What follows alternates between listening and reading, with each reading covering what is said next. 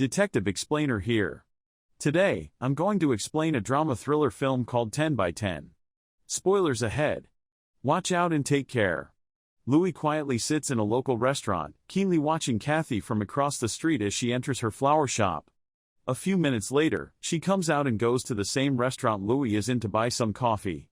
After the waiter, Dennis, takes her order, Kathy gives him a bouquet for his wife and asks how she's doing, and Dennis says they need to run a few more tests for her. Kathy then offers to help him with his kids, and after Dennis thanks her, Kathy takes her seat. Louis continues to watch her, and as Kathy eats, Louis leaves the restaurant. Once Kathy is done, she goes to her car in the parking lot, where Louis is waiting inside his vehicle. Louis follows Kathy as she drives to the gym, and when she goes inside, Louis gets out of his car, too. He then peeks inside her car, and when he gets back to his, he puts a gun on the passenger seat and covers it with newspaper. When Louis sees Kathy coming out, he follows her to her car and suddenly covers her face with a plastic bag. Kathy tries to break free by headbutting Louis, and as soon as she removes the plastic cover, she screams for help. Unfortunately, the person nearby is listening to loud music, so he doesn't hear Kathy. Louis immediately covers her mouth and threatens to kill her if she makes another sound. He then puts duct tape over her mouth and binds her hands and feet with cable ties. Louis goes back to his car, leaving Kathy to struggle on the ground, while the driver of the vehicle next to Kathy doesn't even notice her as he drives away. Louis goes back for Kathy and picks her up before putting her inside the trunk of his car. Louis takes Kathy to his house, where he drags and locks her inside a padded room hidden behind a wall. He leaves her there and pushes the wall back in place, leaving no trace of the secret room. After preparing some food and removing any evidence from his car, Louis checks on Kathy again. He tells her that she's locked inside a room with padded 4-foot-thick concrete walls and sound-absorbing products. He claims to have put those on the walls himself, reminding her that it will be useless to scream. Louis then instructs her to tell him her name after he removes her tape. As soon as he does, Kathy starts screaming, but no one hears her. With that, Louis locks her inside once more, then turns off the light. He checks his computer and listens to Kathy as she continues screaming and begging for help before muting. Meanwhile, Kathy manages to sit down and tries to find a way out of the room by kicking the padded walls to no avail. She then notices the vent on the wall and tries screaming louder, but still, nobody hears her. In the living area, Louis watches the news as he loads his gun, and when he goes back to check on Kathy again, he tells her that she can keep screaming and see how long it will take before someone hears her. He also tells her that they can just get down to business, and when Louis walks toward her, Kathy begs him not to touch her. Confused, Louis only looks at her as she tries to bribe him with her money. Mocking her, Louis says that's a lot of money for someone in her line of business before telling her directly that he doesn't want it. Louis then takes out his gun and talks to Kathy about a documentary he's seen on television, but Kathy ignores him and tells him that the cops will find her car, which will lead them to Louis' house. She then tearfully promises not to say a word about him if he lets her go, but Louis only orders her to tell him her name. When Kathy says her name is Kathy Nolan, Louis gets disappointed for some reason and leaves. Back in the living room, Louis goes through Kathy's belongings. Meanwhile, Kathy painfully manages to bring her bound hands in front. And when Louis enters the room, she repeatedly hits him in the face and pushes him before she loses her balance. As Kathy tries to crawl away from him, Louis grabs her by the feet, but she kicks him in the face. Kathy then stands and picks up the vase from the table and smashes it on Louis' head. She continues to crawl away, and when she reaches the living room and uses the phone to call for help, Louis shoots it. Petrified, Kathy bows her head and begs Louis not to kill her, but as soon as he steps toward her, she knocks him unconscious. Kathy then notices her bag on a chair, and when she gets it and takes out her cell phone, she realizes that it's not receiving any signal.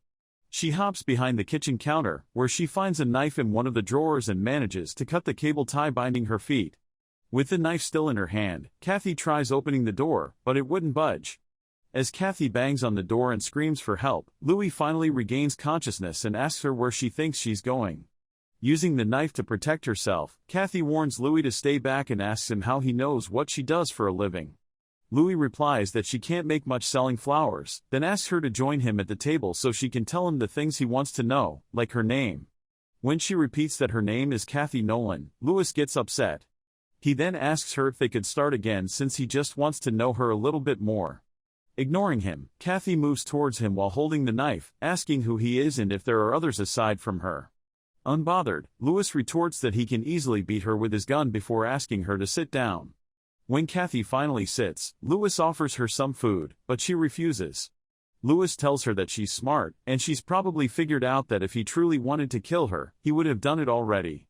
He then reminds her that he's only asked her one question since she got in his house. And when he asks her what his question was, Kathy replies that he's asking for her name. Louis says they can really start talking when she tells him her name, and for the third time, she tells him that her name is Kathy Noland. Suddenly, Louis gets furious and throws his plate in Kathy's face. He quickly reaches for his gun and points it at Kathy, who deflects his attack, making him drop his firearm. She then tries attacking him with the knife, but Louis manages to fend her off before kicking the gun away and tackling her. As they struggle, Kathy drops the knife but bravely bites Louis's shoulder before putting him in a chokehold. Once Louis stops moving, Kathy shoves him aside and crawls away, but Louis once again grabs her by the feet and finally subdues her by slapping her hard. As Louis catches his breath, he picks up his gun and drags Kathy back inside the padded room.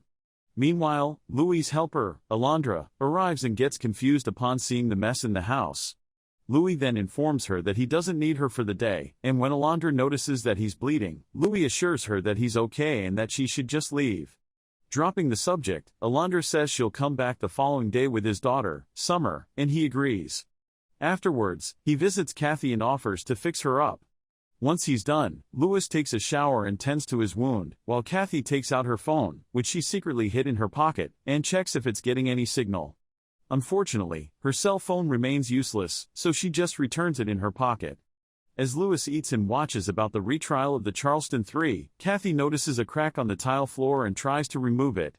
With a gun this time, Louis goes back to the padded room and interrogates Kathy. He asks for her name, birthday, place of birth, school, course, and what she did after graduating. If she has any siblings, and what her parents' professions were. Kathy answers all of his questions, including the one about her parents, saying her mother was a retired nurse while her father was an organizer for the Detroit Lions. Certain that Kathy is lying, Louis confesses that he's been watching her for months and that he knows she's just lied about everything she just told him. He then asks her again where she's born, and when she says California, he asks her again. This time, Kathy replies she's born in Orange County, California, which frustrates Louis even more. He wants her to answer his question again, and when Kathy shouts California, Louis fires his gun, hitting the wall behind her. He warns her that the next bullet will go in her head, so when he asks her for the last time where she was born, Kathy says in Green Bay, Wisconsin. Lowering his gun, Louis continues interrogating her, asking her the same questions he's asked before, only this time, he gets different answers. With Kathy finally being honest, Louis tells her that he knows it broke her heart when her father left home. He also knows that her mother was a nurse, while her father was a team doctor, who left her mother for a cheerleader, which put Kathy's twin sister at the end of a rope. Kathy only remains silent. And when Louis says she went back to school and made something of herself, Kathy asks him what exactly he's doing. Louis ignores her and tells her he knows she's lied about her former job and course. So when he asked her again what particular course she took, she replies it's nursing. Now that he's getting what he wants, Louis demands that she tell him what her name is. And when she says it's Kathy, Louis says Kathy was the name of her dead sister. With the truth now out in the open, Kathy admits that her name is Natalie Ann Stevens.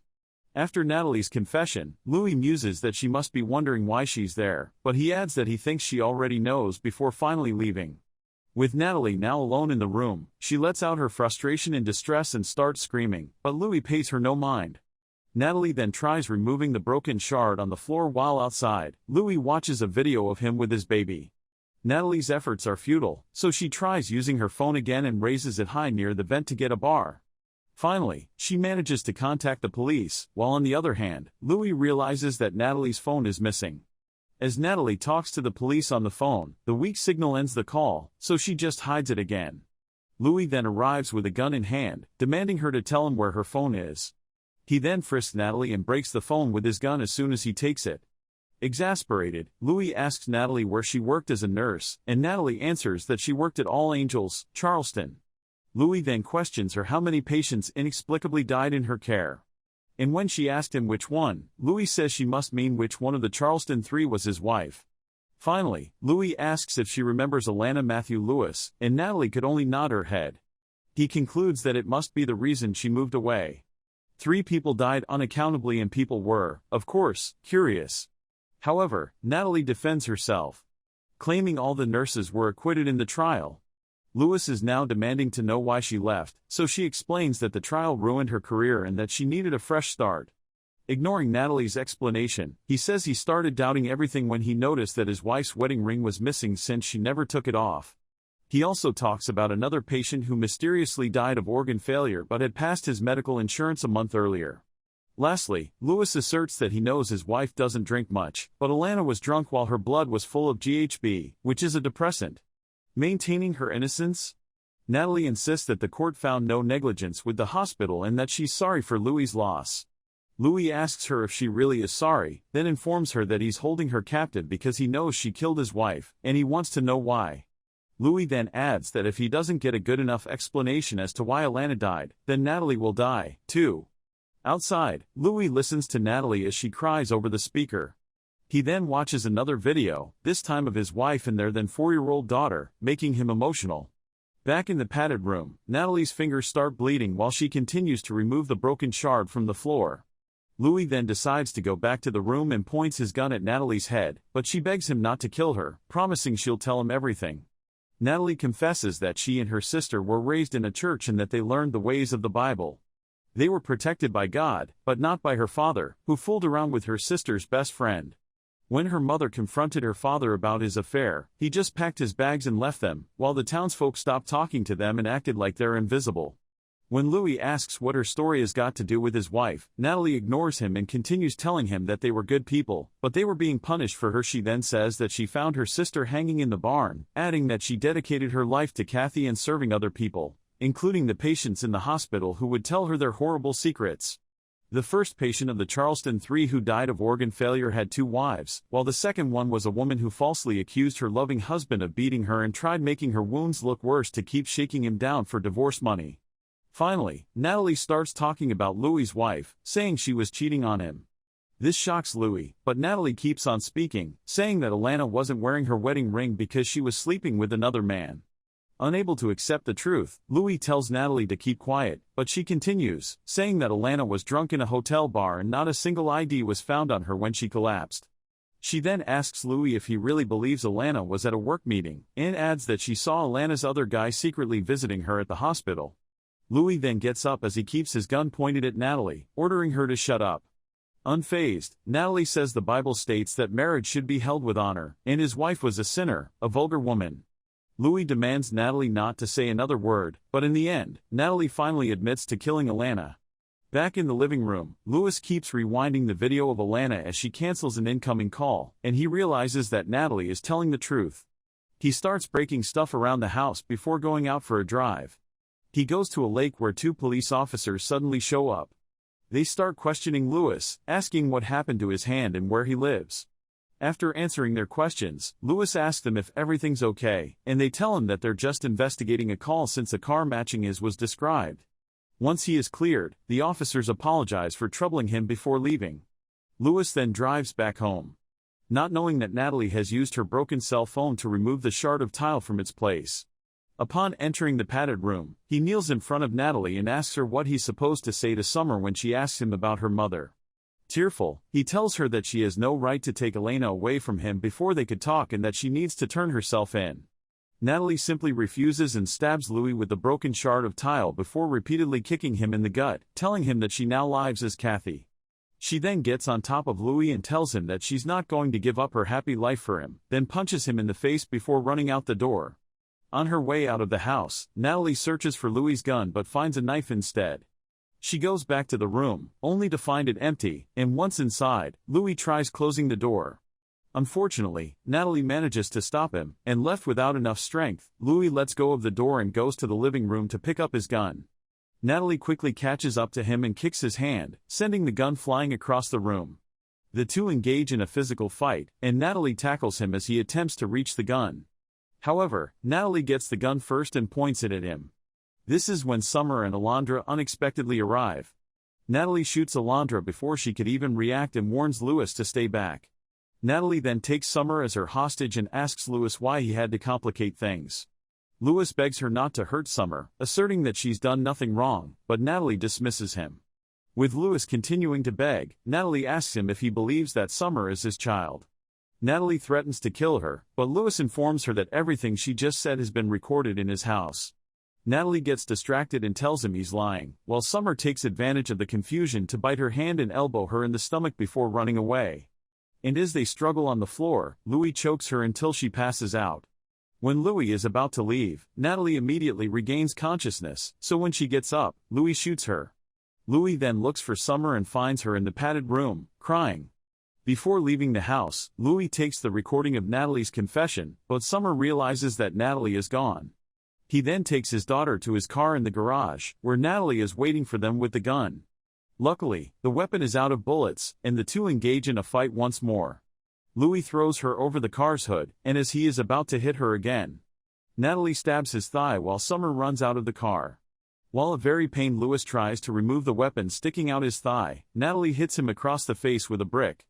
Now that Louis is on the ground, Natalie takes a pitchfork and attempts to stab him with it, but Louis manages to stop it in time. With all his might, Louis pushes it upward and hits Natalie twice in the face, causing her to stumble backward and hit the lock of the garage door. Louis quickly rolls away from the garage as the door shuts, hitting and trapping Natalie in the middle. Summer then runs toward her father, and he immediately apologizes. While the cops start to arrive, he tells Summer, "I love you. You're my child. My child." Subscribe to watch more videos like this. Turn on notifications. And leave a like, it really helps the channel out. Thank you for watching.